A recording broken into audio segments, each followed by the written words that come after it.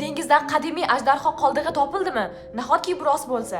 O'rta Yer dengizi tubida batiskaf moslamasi yordamida noma'lum gigant hayvonning suyaklari topildi. Bu hayvonning skeletini uzunligi taxminan 30 metr va 850 metr chuqurlikdagi dengiz tubida aniqlangan. Bu topilma videosini Debora Hatsvel ismli paranormal holatlar tadqiqotchisiga yuborishgan. Uning aytishiga ko'ra, bu videoni neft va gaz sanoatida ishlovchi mutaxassis g'avvos tomonidan yuborishgan ekan. Skeletga keladigan bo'lsak, Deboraning tasvirlashicha, u g'ayrioddiy tarzda uzun bo'lib, xuddi ilonga o'xshash, faqat gigant hayvonni eslatardi. Eng qizig'i, Deboraning ta'riflashicha, bu suyaklar O'rta Yer dengizida uchrovchi odatiy dengiz hayvonlarinikidan juda ham farq qilar ekan. Hattoki onda-sonda bu yerga suzib keluvchi kitlarning suyagiga ham o'xshamas ekan. To'g'ri, bu suyaklarni ko'rib ko'pchiligimiz ularni kitga tegishli deb o'ylashimiz mumkin, lekin meni hayron qoldirgan joyi bu skeletda bosh suyagini yo'qligidir. Bunga javoban bosh suyagi yo'qolib ketgan yoki yemirilib ketgan deyishingiz mumkin, ammo kitlarning bosh suyagi juda ham katta va og'ir bo'ladi va umurtqa suyaklari turgan joyida gigant bosh suyaklarning yo'qolib ketishi haqiqatga yaqin emas. Bu videoning kommentariyasidagi odamlar esa